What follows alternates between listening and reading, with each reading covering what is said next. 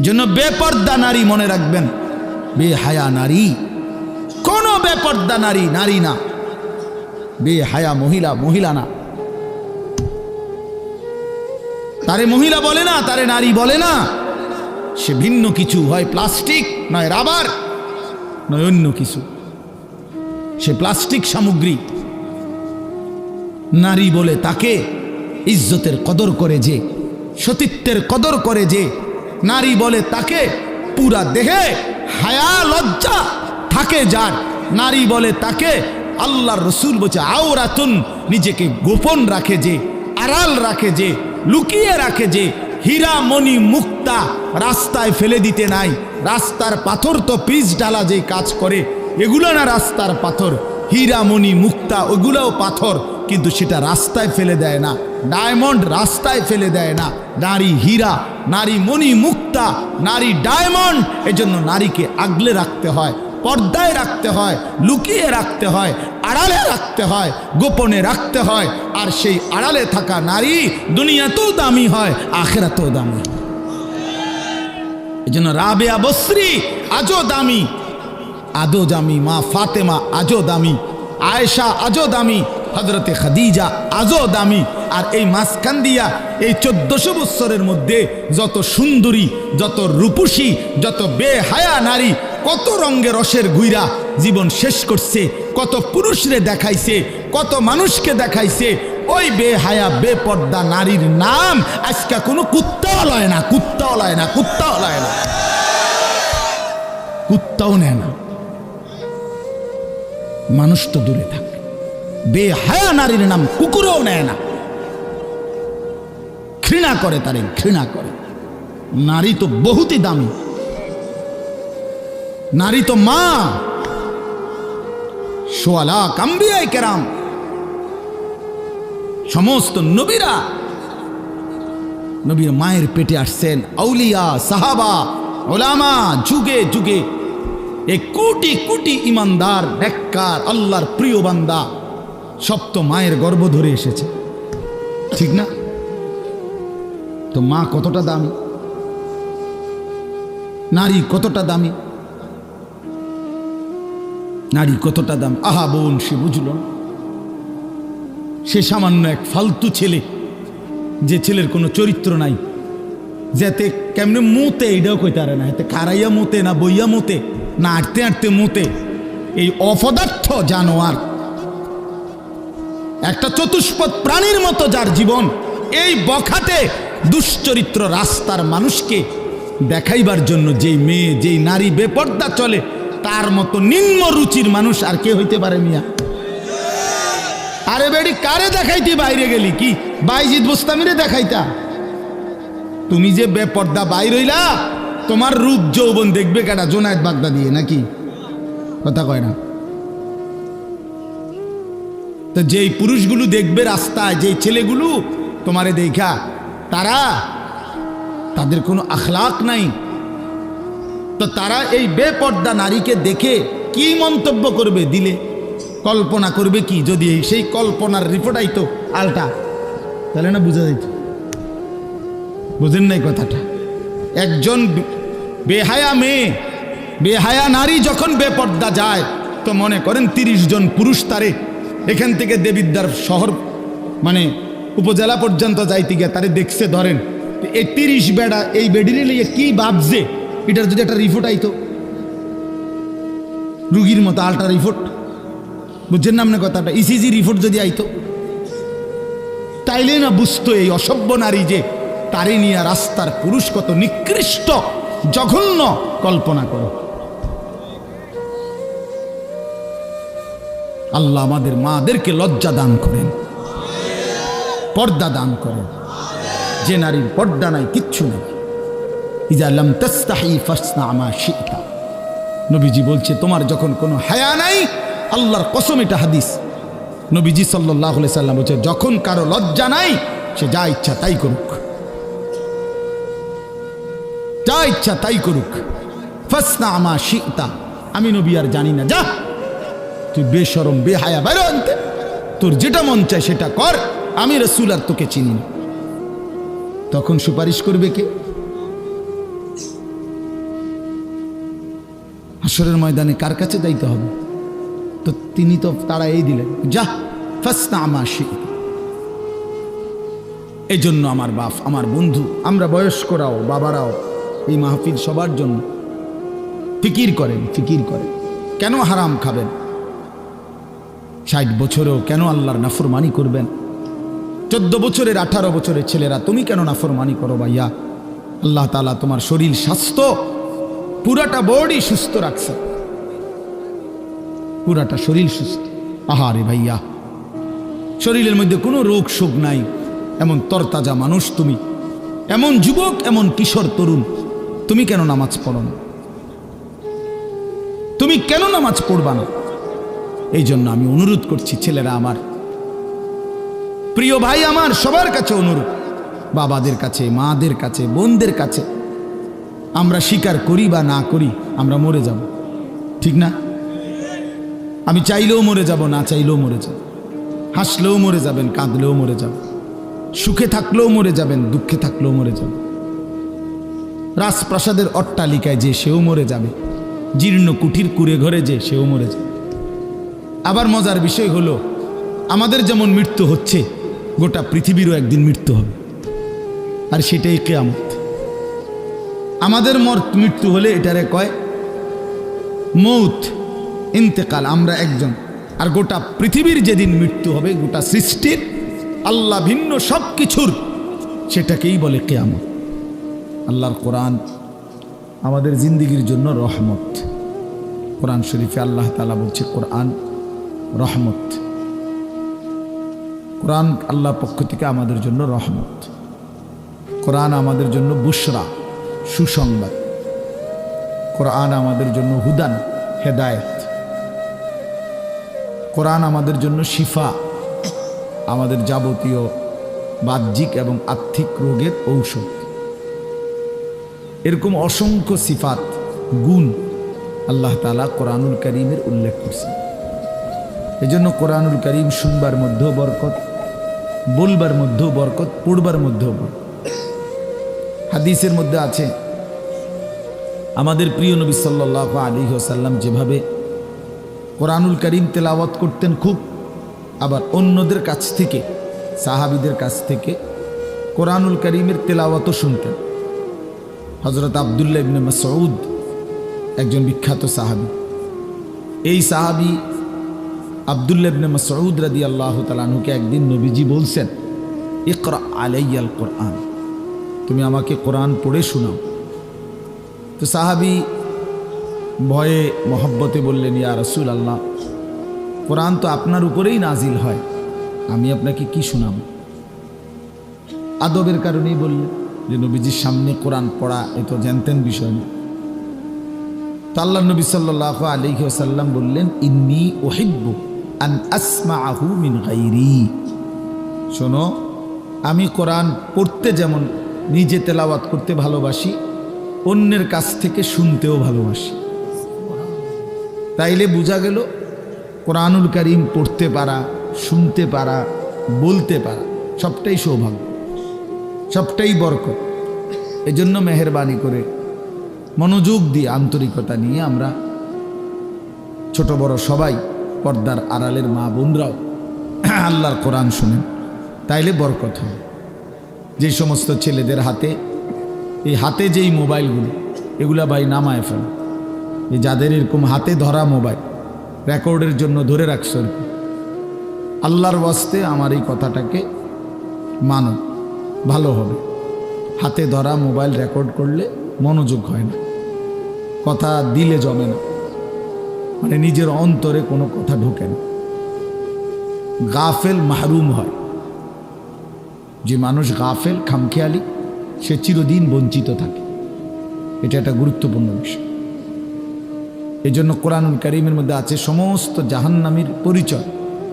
আল্লাহ তাআলা বলছে, উলাইকা হুমুল গাফিলুন, এরা মূলত সকলেই গাফেল। গাফেল অর্থাৎ আল্লাহকে মানার যাবতীয় যোগ্যতা তার মধ্যে ছিল, এবং আল্লাহ তাআলা কি কি হুকুম করছেন তাও সে শুনছে, আল্লাহর পক্ষ থেকে সেটা তাকে পৌঁছানো হয়েছে, এবং বুঝবার জন্য তার কাছে কিতাবও আছে। তো কেন নামাজ পড়ল না? কেন হালাল হারাম বাইসা চলল না, কেন আল্লাহর ইবাদত করল না? মূলত গাফেল, খামখেয়ালি করছে আর কি। করলাম না, নামাজ পড়ছো না, পড়ছি না আর কি। কি লেগে পড়ছো না? পড়ছি না। তো এইটা কি কোনো একটা অজুহাত হইল? এটাকে একটা কোনো কথা হইল সুস্থ স্বাভাবিক যে পড়ছি না আর কি, ভাল লাগে না আর কি? আচ্ছা পড়মু তো, এরকম শুরু করছেন। আচ্ছা যান না, আমি আইতেছি। তো এই সমস্ত কথা হইল কিসের কথা? ফালতু মানুষের কথা, গাফেল মানুষের কথা। এই জন্য আল্লাহ তাআলা তিনটি যোগ্যতা সর্বদাই মানুষের কাছে রাখছেন। একটা হলো আল্লাহকে মানার পুরা যোগ্যতা আল্লাহ তাআলা মানুষের শরীরের মধ্যে দিয়েছেন। এমন কোনো হুকুম শরীয়তের মধ্যে নাই যেটা পালন করার যোগ্যতা আল্লাহর বান্দার মধ্যে নাই। এটা এমন হইতেই পারে না। আমার শরীরে রুকু করার ক্ষমতাই নাই, অথচ আমারে আল্লাহ রুকু করতে বলছেন, এটা হতেই পারে না। আমার শরীরের মধ্যে সেজদা দেওয়ার কোনো ক্ষমতাই নাই, অথচ আল্লাহ তাআলা আমারে বলছে না সেজদাই করো, এমন কোনো বিধান আল্লাহ দেয়নি। তার মানে যতগুলো হুকুম আল্লাহ তাআলা বলেছেন, নিষেধ করেছেন, তা পালন করার এবং বিরত থাকার শতভাগ যোগ্যতা আল্লাহ তাআলা বান্দার মধ্যে দিয়েছে। একজন পর নারী দেখলে চোখ নামাইতে বলছে, ইয়াগুদ্দু মিন আবসারিহিম। এখন আমার যদি অবস্থা হইতো এরকম যে আমি এমনিই চাইয়া থাউন লাগে, নিচের দিকে আমার ঘাড় নামে না, তাইলে না কথা ছিল। এখন বলেন যে আমাদের ঘাড় নামে কিনা? আমরা এমনি নিচের দিকে চাইতে পারিনি তো। তো এইটাই তো আল্লাহ বলছে, ভিন নারী দেখলে চোখ নামা। তাহলে এখন চোখ নামাবার যোগ্যতা আমার মধ্যে আছে কিনা? এরকম আপনি চিন্তা করলেই বুঝবেন। প্রতিটি ইবাদত হুকুম পালন করার যোগ্যতাও আছে, প্রতিটি নিষেধ বর্জন করার যোগ্যতাও আল্লাহ তাআলা দেহের মধ্যে দিয়েছে। যদি এমন না হতো তো সেটা জুলুম হইত, যে আমার শরীরে সক্ষমতা নাই, আপনি আমার এরপরও বিধান দিলেন, পালন করতে বললেন, তো সেটা তো অন্যায়। আর আল্লাহ তাআলা অন্যায় করে না, করতেই পারে না। ইন্নাল্লাহা লা ইয়াযলিমু মিসকালা যাররাহ, কোরআন শরীফ আছে, নিশ্চয়ই আল্লাহ তাআলা এক বিন্দু জুলুম করেন না। এই জন্য বাপ জওয়ান বলেন, বুড়ো বলেন, আল্লাহকে মানার, শরীয়তকে মানার, দ্বীন মানার পুরা যোগ্যতা আমাদের প্রত্যেকের মধ্যে আছে।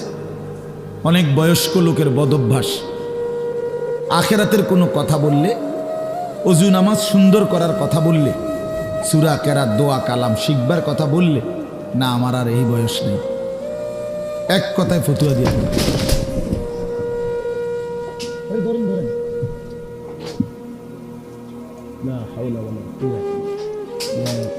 কথা বলছেন সোজা হন, আগে সোজা হন, একটু হাঁটেন, একটু হাঁটেন, একটু হাঁটেন। আপনার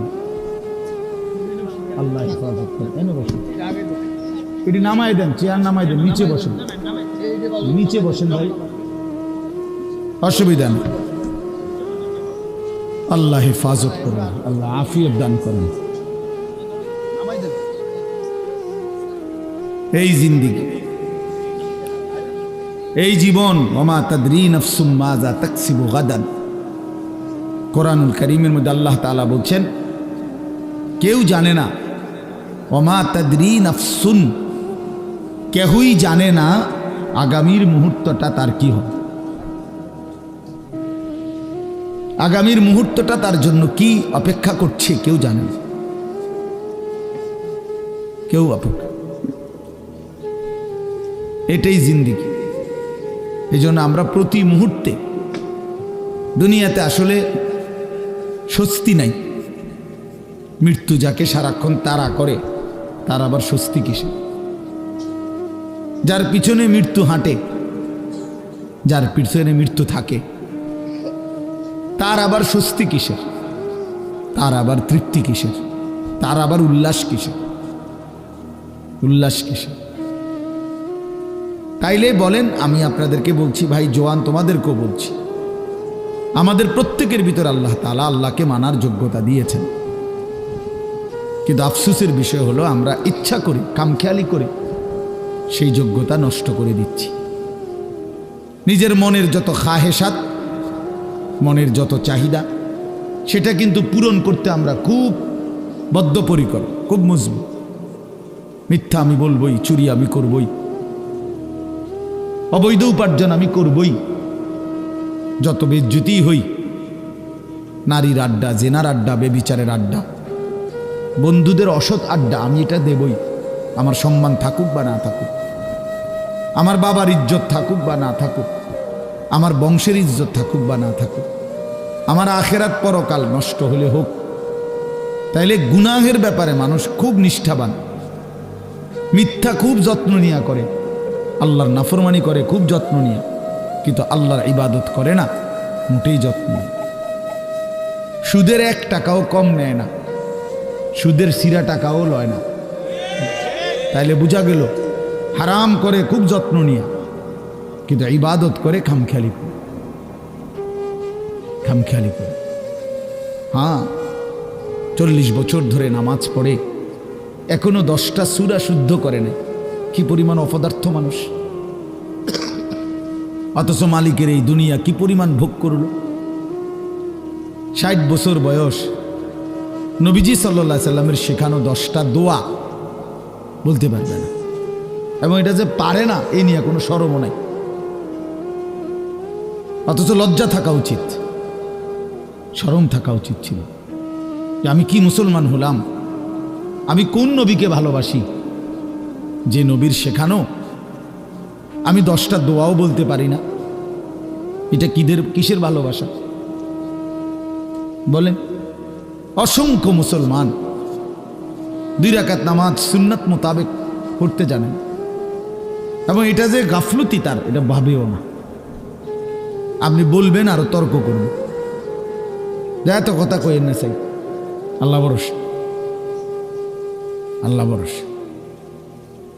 এই একটা খামখেয়ালি কোরআন শরীফ আল হাদিসে আছে, ডাইরেক্ট নবী বলছে সবচেয়ে অক্ষম অপদার্থ লোক ওই ব্যক্তি যে নিজের মনের ইচ্ছা মতো চলে অথচ আল্লাহর উপরে ভরসা করে। বুঝেন নাই কথা? চলে কি নিজের ইচ্ছা মতো, অথচ আশা করে কার কাছে? করতেছে নাফরমানি, মুখে বলতেছে আল্লাহ ভরসা। টাকা সুদের, এরপরে বলতেছে হুজুর খাস করে দোয়া করেন, বহুত কষ্টে আল্লাহ আল্লাহ করিয়া 12 লাখ টাকা ব্যবস্থা করিয়া ফুলাগা বিদেশ পাঠাইছি, খাস করে দোয়া করেন। খাস করে কি দোয়া করতো? 12 লক্ষ টাকার মধ্যে সুদের টাকা কত, কিস্তিতে কত নিলেন, কিস্তিতে কত? তো আপনি আল্লাহ আল্লাহ করে নি টাকা ব্যবস্থা করছেন না সুদে টাকা ব্যবস্থা করছেন? তাইলে মিথ্যুক এটা বললেন কেন যে আল্লাহ আল্লাহ করে টাকা ব্যবস্থা করতো? আর খাস করে কি দোয়া করতো? যে আল্লাহ এই টাকার উপরে ঠাডা পড়ুক। এটাই তো দোয়া, খাস দোয়া। এটা এই সুদের টাকার উপরে গজব পড়ুক, হারামের টাকার উপরে লানত পড়ুক, বেটা লানত পড়ুক এই টাকার। এইটা খাস দোয়া। তাহলে কি পরিমাণ অজ্ঞতা আমাদের, মূর্খতা!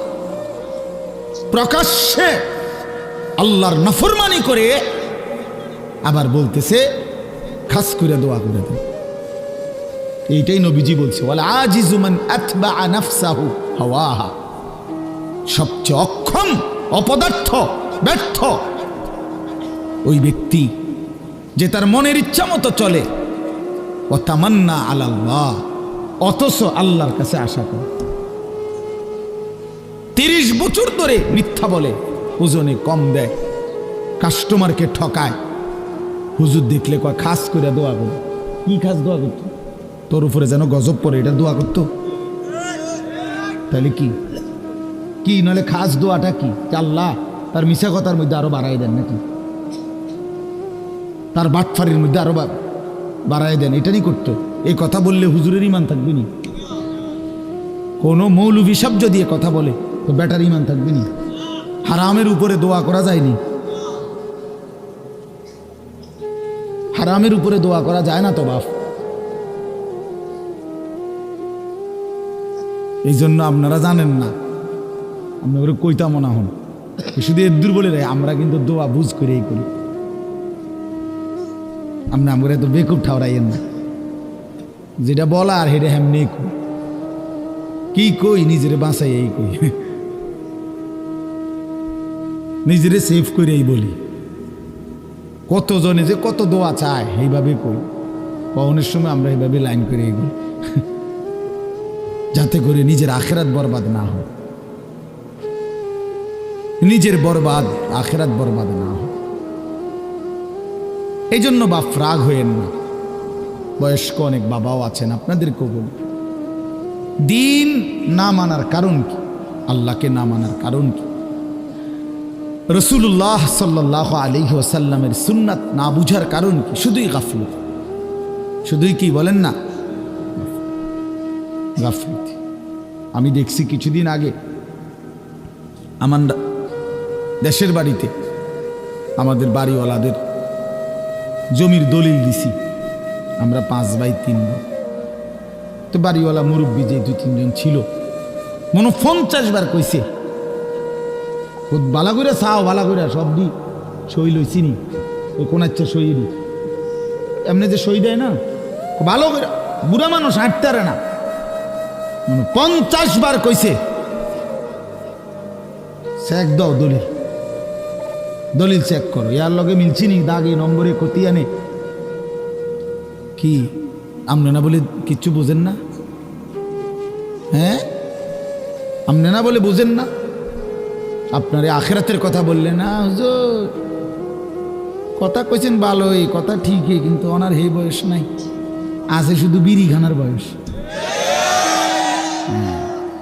বিড়িখানার বয়সটা শুধু রয়ে গেছে, আর অন্য বয়স নেই। সাদওয়ানে গপ মারনের বয়সটা আর রয়ে গেছে, অন্য বয়স।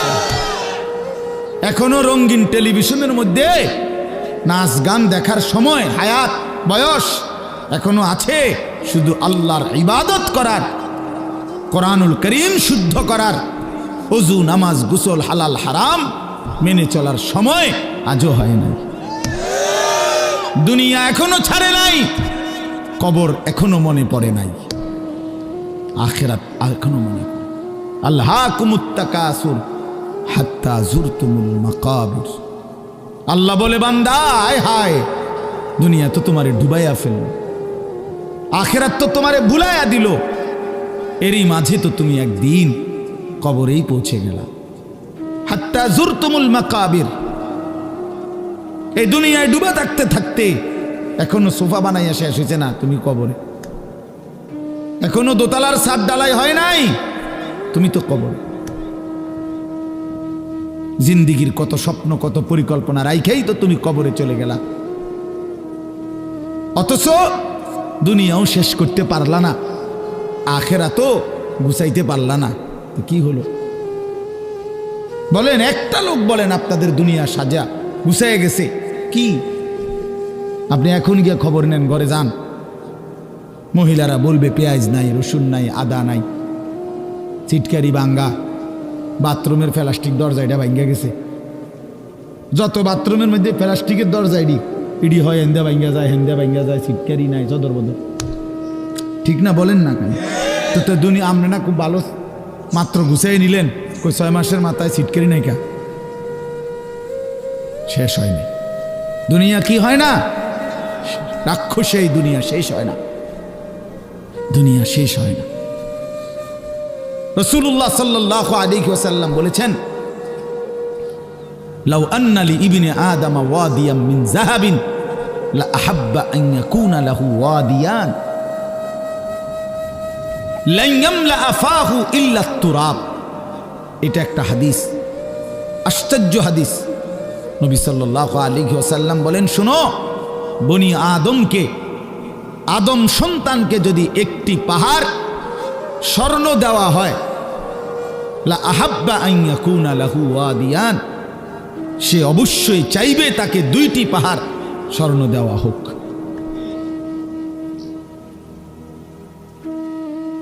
লান ইয়ামলা আফাহু ইল্লা তুরাব।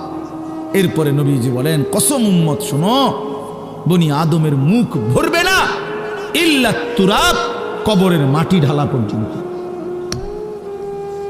তার ওই মুখে, তার ওই শরীরে যতক্ষণ কবরের মাটি না ফেলবে ততক্ষণ তার দুনিয়ার চাহিদা কি হবে না। এর চাইতে জ্বলন্ত হাদিস আর কি হইতে পারে? এর চাইতে সুন্দর কথা আর কি হইতে পারে বলেন? আরো সুন্দর কথা শুনেন। রাসূলুল্লাহ সাল্লাল্লাহু আলাইহি ওয়াসাল্লামের একজন বিখ্যাত সাহাবী হযরত উবাই ইবনে কাব রাদিয়াল্লাহু তাআলা আনহু, সাইয়্যিদুল কুররা, সাহাবীদের মধ্যে সবচেয়ে সুন্দর কোরআন পড়তেন যিনি, ওনার নাম হলো উবাই ইবনে কাব রাদিয়াল্লাহু তাআলা আনহু। এই সাহাবী বলেন, এই হাদিস এটা নবীজি আমাদের কাছে এত হাজারবার বলছে, এতবার। এই কোনটা? এই যে যদি বনি আদমকে একটি পাহাড় স্বর্ণ দেওয়া হয়, সে 2টি পাহাড় চাইবে, আরো দিলে আরো চাইবে, তার মুখ ভরবে না কবরের মাটি ছাড়া। ওই সাহাবী বলতেছেন, আমি নিজে তাফসিরে, আমার গাড়িতে এই তাফসির আছে, তাফসিরে কুরতুবী। তো ইনি বলেন, এই সাহাবী বলেন, কুন্না নারা হাদা মিনাল কোরআন। নবীজি এই হাদিসটা আমাদেরকে এত বেশিবার বলছেন, আমরা মনে মনে ভাবতাম এটা কোরআনের আয়াত। এটা কি? কোরআনের আয়াত ভাবতাম, কোরআনের আয়াত মনে করতাম আমরা এটাকে। তার মানে এত বেশিবার আমাদেরকে এত গুরুত্ব দিয়ে বলছে যে হায় বনি আদম, দুনিয়া তৃপ্ত হবে না, শুধু শুধু তুমি আর চেষ্টা করো না, থামো, এই নাফরমান থামো, পারতা না দুনিয়া। আরে হারামখোর, সুদখোর, ঘুষখোর, বাটপার, ওজনে কম দেওয়া সিটার, থাম বেটা থাম, থাম নাফরমান, দুনিয়া পারবি না বেটা, দুনিয়া তোরে ধোকা দিবে, দুনিয়া তোরে বুড়া আঙ্গুল দেখাবে, দুনিয়া তোরে একদিন লাথি দিয়া কবরে ফেলে দিবে আর বলবে যা বেঈমান কবরে চলে যা, দুনিয়া থাকুক। শুধু শুধু শুধু শুধু এত মিথ্যা, এত চুরি, এত ডাকাতি, এত দুর্নীতি, এত অন্যায়, এত সুদ, এত কিস্তি, এত হারাম। আহা মুসলমান, কি করলেন? লা ইয়াদখুলুল জান্নাতা জাসাদুন গুজিয়া বিল হারাম। নবী সাল্লাল্লাহু আলাইহি ওয়াসাল্লাম বলেন, ওই দেহ জান্নাতে ঢুকবে না যে দেহের রক্ত গোশত হয়েছে হারামের দ্বারা। আমি নিজে হাদিসের ব্যাখ্যায় পড়ছি, এই হাদিসের ব্যাখ্যার মধ্যে আছে উলামায়ে কেরাম, মুহাদ্দিসিনে কেরাম বলে, যে অভিভাবক তার পুরা ফ্যামিলিকে হারামের টাকা দিয়া পালে, বউ বাচ্চা সবাই এই হারামের টাকা থেকে খায় দায় ঘুমায়, এই নাফরমান অভিভাবক যেন নিজ হাতে পুরা ফ্যামিলিটার জন্য জান্নাত হারাম করে দিবে। কারণ এই হারামের টাকাটা তো সেও খায়, পুতেও খায়, বউও তো খায়। বুঝেন নাই কথাটা?